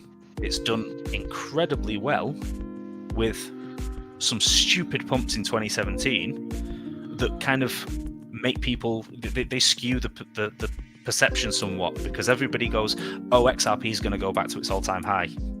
Okay, I'm sure it is. I've no doubt at all that XRP will break $3.60. Is it going to get back to its all-time high versus Bitcoin? Probably not. Probably not, because that would be, even if you just take the closes, that would be a 750% rise versus Bitcoin. Which isn't likely. It isn't, which isn't likely. Now, as an oscillator, I will be straight up and go, XRP doesn't look like a bad buy overall. If you can pick it up down here in this range, then historically you've made a very, very decent bet versus Bitcoin. But it isn't something to buy up here. And too many people want to buy altcoins when they are high relative to Bitcoin, in the same way they want to buy them when they're high relative to the dollar. Yeah. So to kind of summarize, sorry for the extended description there, the chat there, but don't just be, when you're looking at what to buy, compare these investments to each other. Very similar to these Bitcoin charts. There's, you see, I have my red list, blue list, green list, orange list, and purple list. I don't even know what's on the purple list, but my my blue list is all Ethereum pairs, and you can scroll through. It doesn't matter what you're looking at. You are very, very hard pressed to find an altcoin. Here's BNB is one of the few that's actually really beaten out Ethereum. Yeah. So all of this time, and I know you talk about your fundamental research and due diligence. Does it solve a problem? All of these things are correct. And for a speculative play, where you can make a lot of money in a short amount of time, quite often. But if you get it wrong, why the hell bother with all these shit coins, all this research, looking up teams, looking up, so much effort, only to lose out to Ethereum, right, on the long term. Well, yes, and Rob, I'm sorry to kind of that's here, but that's about the end. Well, because I know that G has to go here in like 3 minutes, unfortunately. So I'm not sure if you guys want to wrap up here, or should we carry on after G leaves? But that wouldn't feel right for me. Hey guys, here's the thing though. Rob and like you all, like in general, seeing the charts that Rob shared and describing all of that, fantastic content, and I would feel really bad if you close the show right now. You should continue. Okay. I need to jump up in a few minutes, but I just want to say this: it was absolutely insane. I want to come more often if you guys invite me. And absolutely. Rob, highly valuable content, and whenever I do analysis, I always make sure to check out the Bitcoin trading pair as well, because it's like the hidden information. It's like only the OGs know about it. Not everyone does that, right? The normal newbies don't check it out. But like the Bitcoin trading pair tells me a story, and it tells me, hey, on the dollar chart it looks great maybe, but Bitcoin is gonna outperform. And then I check out Bitcoin dominance as well. Oh, by the way, if I do an XRP analysis, for example, I also check out XRP.D. So the XRP dominance. So this is what I love about crypto. You have so many information, so much information that you can use to make a good investment decision. And so I would highly recommend, guys, definitely Bitcoin trading pair, but also check out the dominance. And then you can see if we're at resistance, if we're at support. And thank you for also helping me refresh my mind and my memories. Very, very valuable content. And Phil, thank you so much. John, nice to meet you also. Nice to meet you as well. It was fantastic. I'll be here and then later quietly leave the space. Thank you. Thanks for coming along. Phil, thank you guys so much. If you guys don't mind, I found it. I just want to share it with you. Yes. Because I tell people, this is the Bitstamp chart, because we have a long history there. And I was wondering, why isn't it on my Binance chart? But you guys can see basically on the weekly how the 50 EMA is about to close, or not cross. It's right there, right? And we've never seen that before. You can check out the Bitstamp Binance Bitcoin USD trading pair, and you see, man, I'm very curious. Imagine we're seeing a rejection here and we go lower, the biggest the greatest bull trap ever. I would love to see that. I believe Phil too, but curious if that happens, if we see that cross, man. Here's the thing, I still see a bull trap coming personally. That's what I think is going to happen. There is also conspiracy theory that you probably heard that the new CEO of FTX said that they were able to find $4 to $5 billion in assets for FTX, right? Or and so people are like, how can you find $5 billion as if it was in your back pocket, in your right pocket, yeah. But there is a conspiracy theory that FTX and their people there are manipulating the price right now to dump all these assets. Can Can I give I you love another? that. I love Can I the give G. you another name? I love that G is gonna leave us with a conspiracy Yeah. theory. He Oh, just puts it on the yeah. table and then I'm runs. gonna be Well- watching you guys on my phone. So I want an answer from all of you guys. It's a conspiracy. I was like, hey, No, I'll address that all over. Oh boy. Okay, well, before G leaves here, because I know he has to go. G, it was a pleasure having you here because we had so much fun when you interviewed us before. We were hanging out for like 45 minutes afterwards and just couldn't stop hanging out. So I'm happy that you actually made it here. And yeah, you're welcome back for sure. Like we're gonna try to do. I'm gonna announce this now. We're gonna try to do on Friday nights. We're gonna try to do a little bit of a longer live show from our daily show, where we just do a crypto hangout, where it's gonna be our members on YouTube and our subscribers on Patreon and so forth, which has not been released yet, by the way, but it will be, where you will be able as a viewer to actually come on the show now and then. You know, if you're asking a bunch of good questions on the Patreon, if you're asking all these great questions, and if you're very active and everything, we're going to try to bring you on the show if you want to be on the show. And you can be part of this, like Friday night hangout for an hour maybe or something like that. fantastic. Hey, Yeah. we don't do partying. We're here.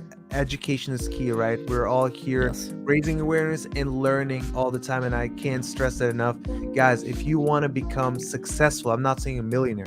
If you want to be successful in crypto, this is the time, the best time ever, before the bull market starts, before the, excuse my language, the dump money is entering the markets. You want to know, you want your positioning, be ready. So education is key. Crypto Talks, come join the show, and there are many other, of course, wonderful people, whoever resonates with you, right?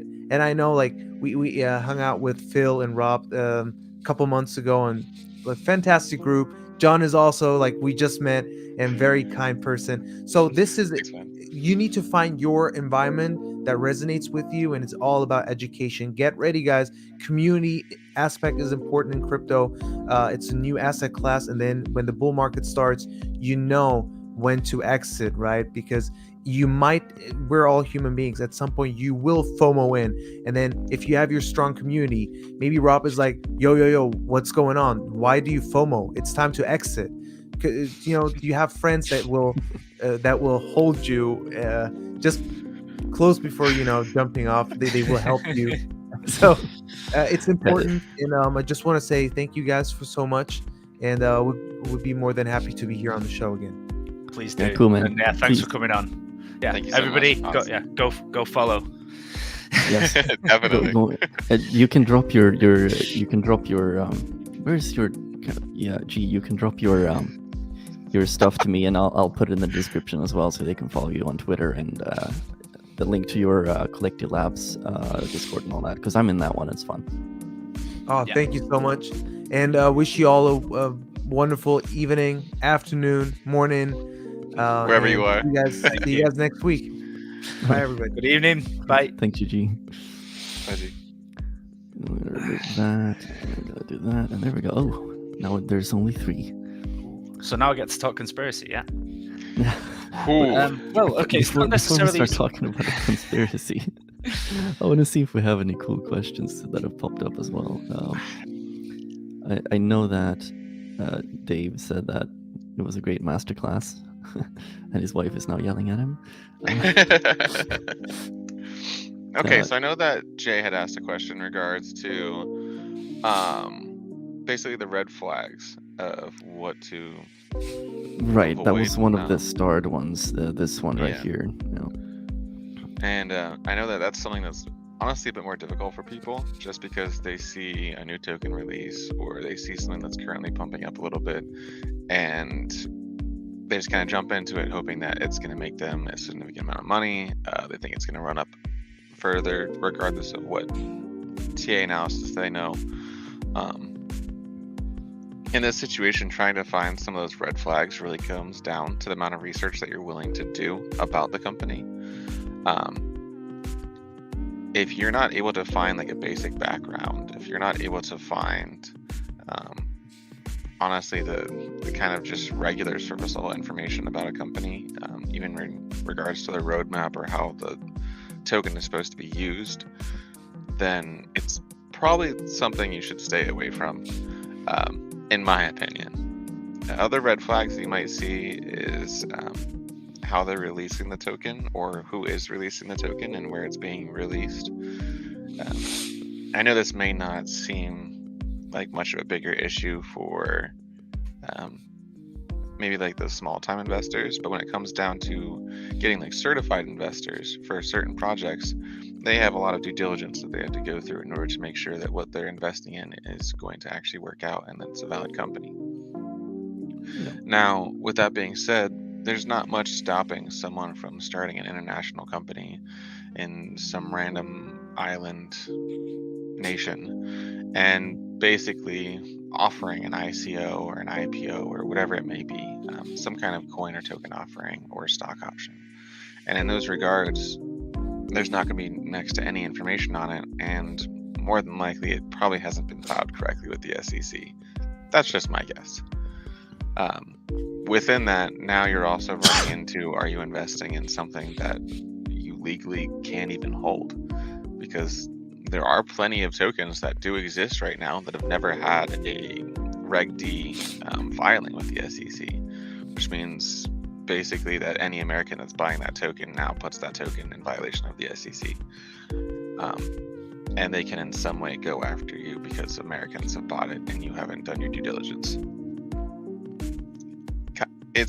It's convoluted, and it's very hard to keep up with, but it's also another thing that genuinely you should be looking for as far as what red flags may be, because if you can't find certain basic information about the company, and you also can't find out whether or not it's been a registered company or that the token itself has been registered in regards to what's being offered, maybe as a whole you should just be staying away. And this is just from a US citizen standpoint, just because I know certain states are more sensitive than others. For Rob from the UK or Phil from Sweden, it's definitely going to be a slightly different answer, but it mostly does hold true in regards to just the basic information stuff. Phil, Rob, is there anything that you'd be looking for as far as red flags? So I wanted to give an example actually. So Okay. what I was thinking is, I'm gonna give you the process that I'm doing this with here. Okay, so I'm on CoinMarketCap right now. Okay. And there is the fun part of this where it says recently added, right? Yeah. And so let's just grab any random thing here. I want to find like a dog coin or something like that. Okay, Meta Doge. Okay, we're gonna get on this. We're gonna get on their website. If this instantly for me, it's a website. It's not a very good looking website. But when you start scrolling and you want to do your, official email for a crypto project shouldn't be a Gmail. metadogecore@gmail.com. Contact us, nothing, just Telegram and Twitter. Contact us is just a dot on the page right here. Home, that's all. This is all the information you get from this. This is a red flag if you've ever seen one, right? I mean, yes. So in comparison, let's grab Solana because I'm familiar with it. And you go to their website. Now this is a website. You got everything here. You can get, this, where they're doing all these big things. You can look at the ecosystem. You can look at careers that they're hiring. You can find everything you want to find on their website, for example. Doing that now that's not a red flag. That's like, okay, I'm gonna carry on reading here. But getting to a website where there's a picture of a dog holding a sandwich and playing football with a coconut, kind of red flag. So that's a good example. That's pretty That's solid how example. that's how I start. So it's like my process is, okay, people are starting to talk about this project. I'm like, okay, I go look at it. That's where I start the website. I look at the website. Can I find the team? What has the team done? Blah blah blah blah. What's their it's the same way as if you're investing in stocks. Who's the CEO of that company? All these things. That's where I start, and usually that's where I stop. 99.9%. Personally, I hold actually I hold 5 coins, but I don't invest in the 5th one. It's just free because I get it when I'm using my Crypto.com card. Oh yeah. I have four holdings. Okay, and I can disclose those. It's Bitcoin, Ethereum, Solana, and Polygon. That's it. That is it. I'm very boring. But like, it's just because I keep finding red flags on things, and I keep looking at stuff like Solana, for example, and Ethereum and these things. And then people say, oh, you should look at Aptos and stuff like that. And I'm like, okay, I'm going to compare Aptos to Solana, which is basically the hedge. They would be like a hedge against each other, for example. And I can still see Solana being the bigger player and the bigger, the long-term safer play over Aptos. Aptos might make more money in the short term if you're going to just, swing trade it between like Bitcoin and Aptos. Sure. But are you willing to buy into a project? Let's say you put $1,000. Let's say you have $1,000 you saved up during the year when you're working, right?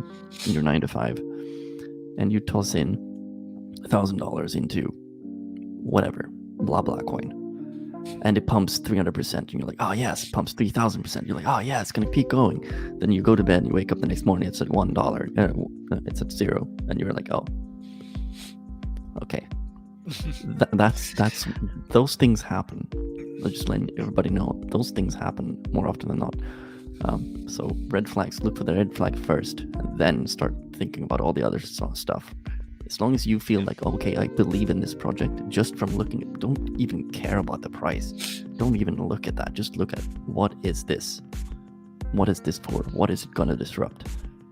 So forth. Start there. That's easily where you should start, in my opinion. Not financial advice. Fair. So yeah, I kind of say in terms of red flag, tokenomics is often a very bad one, a very clear one for me. That what the tokenomics are themselves. Yes. So Okay. so you can have something good. So a good example is Aptos, where I've not really looked into it like in any detail. I will do, but ultimately what I've looked at is I've looked at it and gone, the tokenomics, the inflation rate of this token is significant, more so than the likes of, say, Solana. And even and I remember though, so conversely, I do remember being put off by Solana in 2020 when it first launched because of the tokenomics. There was a huge unlock that happened right at the start of 2021, and that was a kind of, what's going to happen to the price when this unlock happens? And the effect was it gigapumped. So, if those holders, if those people that when it gets unlocked don't sell, well, then the price doesn't have to go down when that unlock happens. But what you should be aware of is that all these people are sitting there in huge amounts of profit on tokens that they got at ICO for pennies, and it's now up at dollars. Eventually, they're going to take profit, and these guys have a lot more of these coins than to sell than you can buy. And so, yeah, something like Aptos may do very, very well for a period of time, but then those tokenomics, the same with Solana, as good as Solana is, the tokenomics meant that there was a absolutely huge whale pressure that would eventually come into the market. And so Phil's been a Solana fanboy for a while. Don't call me a fanboy. I'm not a fanboy. I view it as a higher risk to reward asset than Ethereum. That's my view on Solana. Yeah, no, and it's a fair point to say that the tech behind Solana is great. Absolutely, these are valid statements. Everything, all the fundamentals behind Solana are true. However, it's still a cryptocurrency that follows the crypto market, and in a crypto bear market, there's a shit ton of whales that are going to want to sell, and so the price is going to go down a lot. And so that is a big red flag in a way. So how is the token going to manage the inflation rate long term? if you've got some tokens where they're less than say 10% circulating. Now, that's a red flag that can maybe be mitigated if they have a long-term distribution mechanism, that they're only going to distribute people who use the token, that they're not going to just market dump their holdings onto basically late entrants. They're not going to wait for the peak and then just start giga dumping onto consumers. That's not what will happen, but it's very often what does happen. And so that's why tokenomics really should be analyzed and go, is there a long-term use case for the coin that can supplement that inflation rate? Because if an inflation rate is say 20% per year, but the user base growth is 2, 3, 4, 500% per year, well, the inflation rate really isn't that important over a short term. You can see. Go on. Inflation rate basically just means, let's say, I'm looking at Messari right now. I'm trying to find the inflation rate metric, and I keep forgetting where I found it last. But there on Messari.io, there is you can go through the assets and you can see what the inflation rate is. And now I forgot where it is. So I can't find it because I'm stupid, but it's all good. So basically, what the inflation rate means is just if there's an 8% inflation rate on Solana, I believe it's now like 7 something on Solana, for example. That just means that in a year's time, it's gonna lose 8% value unless there's like an attached 8% or 7% sell or value loss or sell pressure on top of it, so that if it doesn't go up 8% in a year, you're losing money holding it, basically. And on top of that, if you add the inflation rate of the dollar, for example, if you're using that, so you add that and then the Solana inflation rate on the token, that's how much it has to go up in a year. So if you have something like Solana, let's say it's 7%, and then let's say the inflation rate is currently 6.5% or something, let's call it 13% total. So if Solana doesn't gain 13% in a year, you're losing money holding that.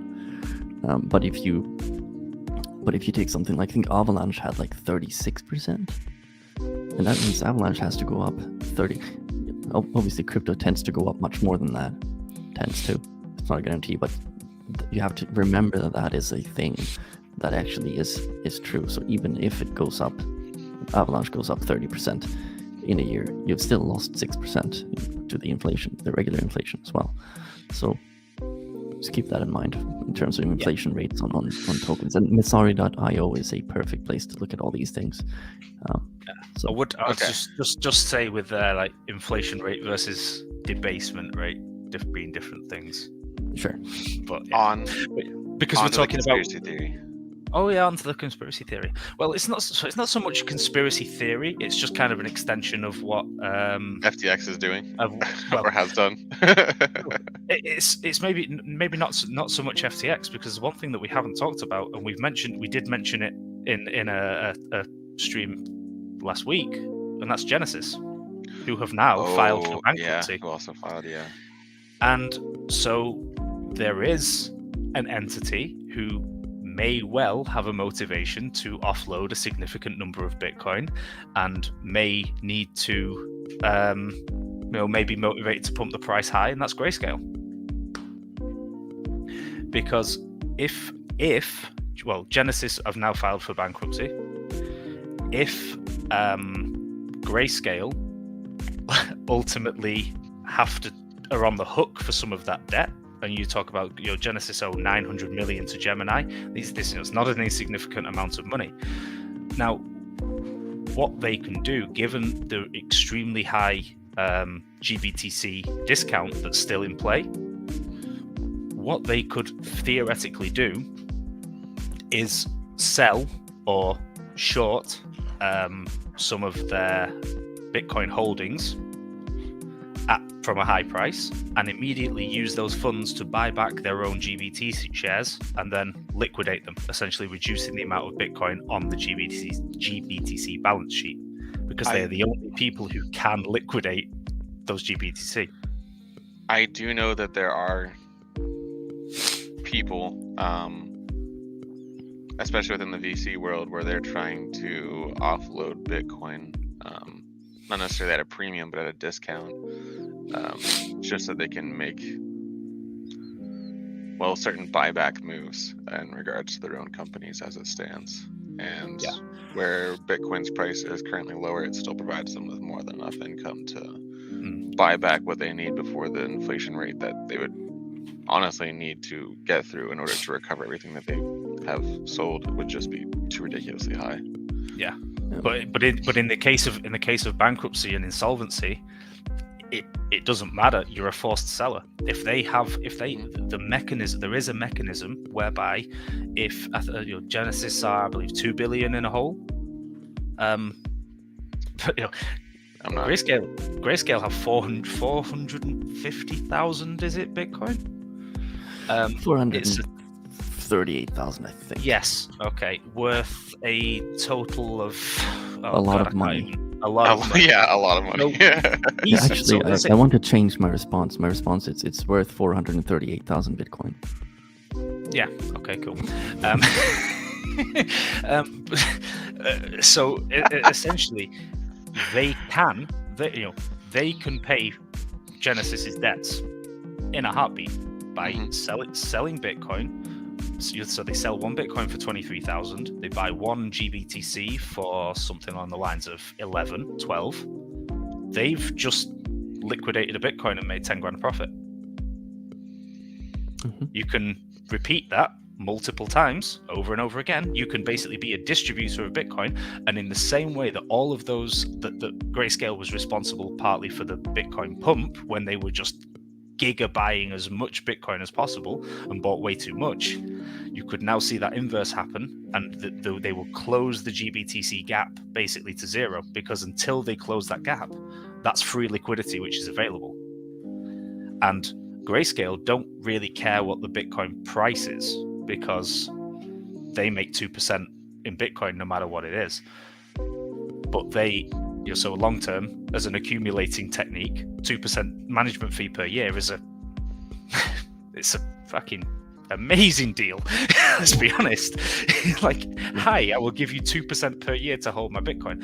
But they can sell off a huge swathe of Bitcoin, buy the GBT shares, release that liquidity, close the GBTC gap, and then pay Genesis's debts if they can find 2 billion of liquidity. They need to have, so they could currently be short in the market like mad, like crazy, with the anticipation of buying back those GBTC shares. So that's my conspiracy theory, that it wouldn't be FTX. It's more likely to be Genesis and Grayscale. But it's completely unsubstantiated. All I know is it's a mechanism for a company who has a lot of Bitcoin to basically raise liquidity for one of their subsidiaries who is bankrupt. So it's not out of the realm of possibility. No, anything can happen at this point. There's still a lot of shoes that can drop. So I want to end this with just the last question from Balino. He asked earlier, the exact question was, how about other L2 coins? And then he expanded on this on my request, and he said, you were talking about Polygon. There are also other layer 2 built on Ethereum, like Immutable X and, for example, Loopring with CK rollups, which is very interesting. So it allows super low gas fees and transaction time, and still having full security level of Ethereum thanks to the CK rollup. So there are technological differences. But what do you think about those? So my take on L2s with CK rollups, like I can't remember the names of all of them. I personally, I think that L2s are something that is needed on Ethereum, obviously, they were always supposed to be. Ethereum was always supposed to scale via layer 2s. Right, precisely. And it's all very interesting technology with the CK zero knowledge. For those who don't know, it's very interesting stuff. But for me, I have a hard time. So I think what's going to happen with the L2s overall, like on Ethereum, for example, is that certain L2s are going to exist for specific purposes, right? Some of them will be like Polygon, where people will build stuff on it instead of on Ethereum directly. Some L2s might be like on Bitcoin. You have the Lightning Network, which is essentially an L2, where that takes care of smaller payments on Bitcoin, right? And then you might have those things happening on Ethereum as well, with the various immutable X and all these things. But does that mean, like, even if something is an amazing project and everything, it doesn't always necessarily mean it's a good investment, right? No. So for me, I'm very cautious. I'm very low risk. I'm a very risk averse type of investor. So I kind of tend to stay away from things that aren't like very high up in the crypto space, where it's like I try to find the most users or the most adoption. I try to find the safer bets, so to speak. So personally, I haven't really looked into L2s all that much. And if I get in a little bit late and it's still gonna keep running for 10 more years, I'm still happy, right? So but that's my There's take on still L2s. a lot of building and a lot to expand on when it comes to L2s. I would say that they're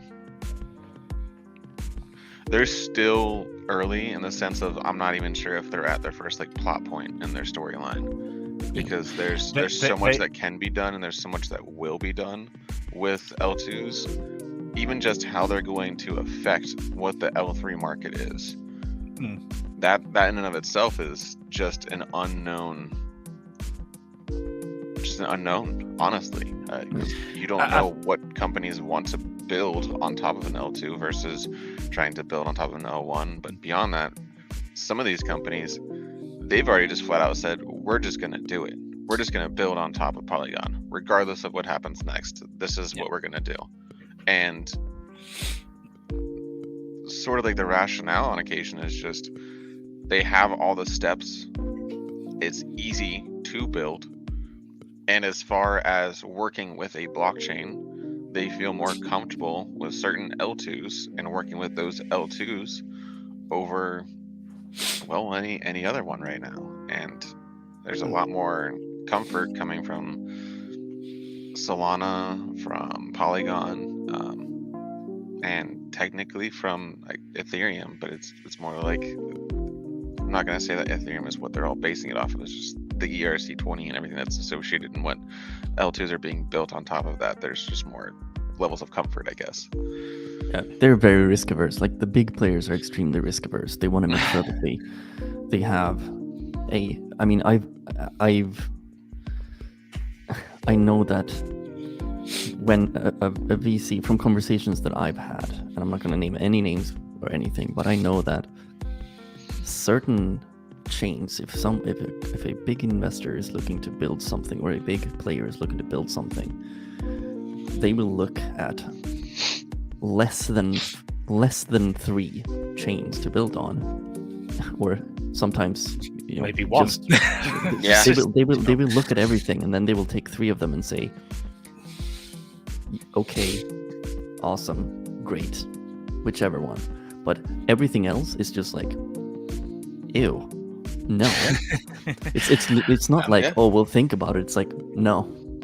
They look at the surface and just go, no. There's so many different aspects in regards to what an L2 should be able to provide for someone to build on it, that most people almost kind of like skip over the fact of what their blockchain is and what they're doing. In regards to some companies, they've basically blatantly disregarded the information that's been provided to them, and there's limited capabilities on their blockchain, and now because of that, they cannot do what they wanted to do with their project. It's physically incapable, and until there's someone smarter to create a new facet of that blockchain that allows them to do what they actually want to do, they're at a standstill. And those companies are happening more and more because they're realizing that they built on the on the wrong chain, and they missed the fact that they needed certain access to smart contracts, or they missed that there was a certain liquidity pool that in order for them to be a part of it, they have to be building on a certain blockchain, or maybe in the sense of just the community itself and how the community builds.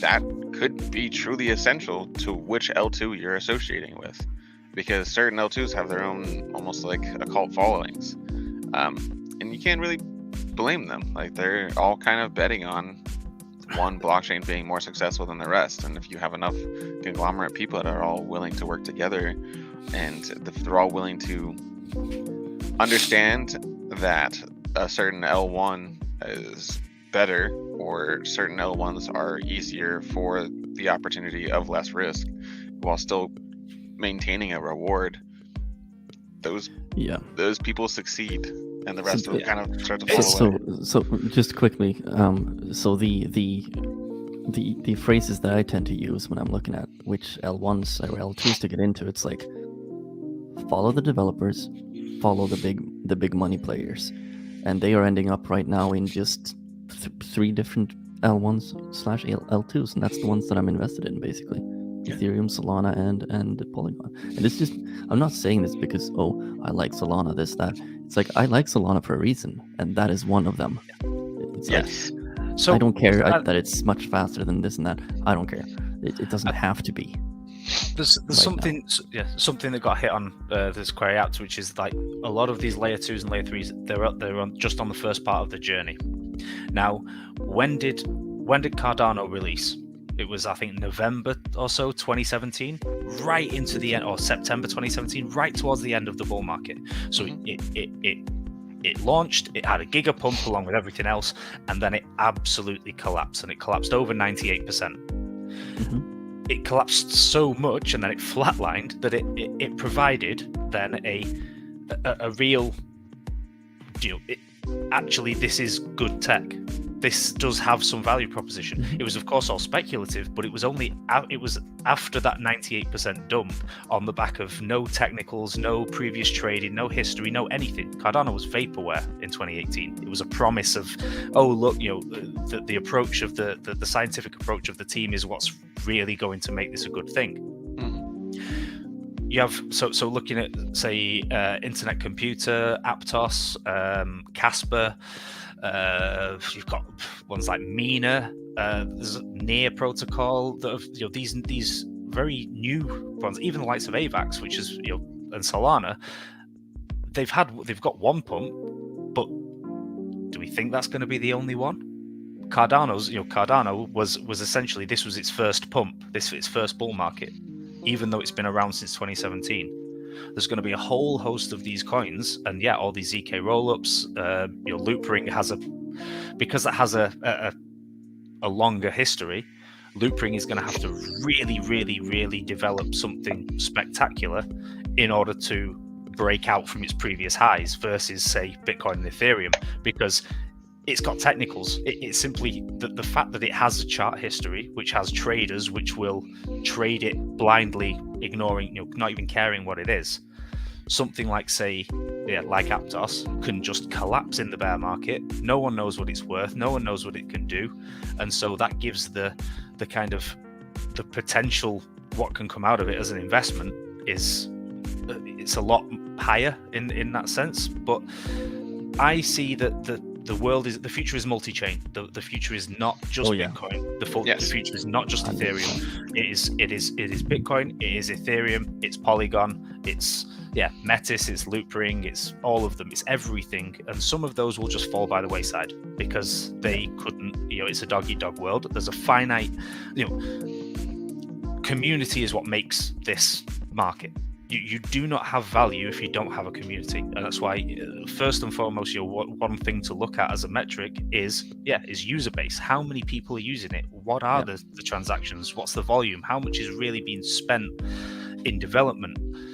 And a lot of these protocols will really, really do well within their own bubble, but may not necessarily ever be good investments. And even if they're technologically sound, if there's another one which is 90% as technologically sound but has 50 times the user base, the trade-off is not going to be worth it. And so the best tech doesn't have to win.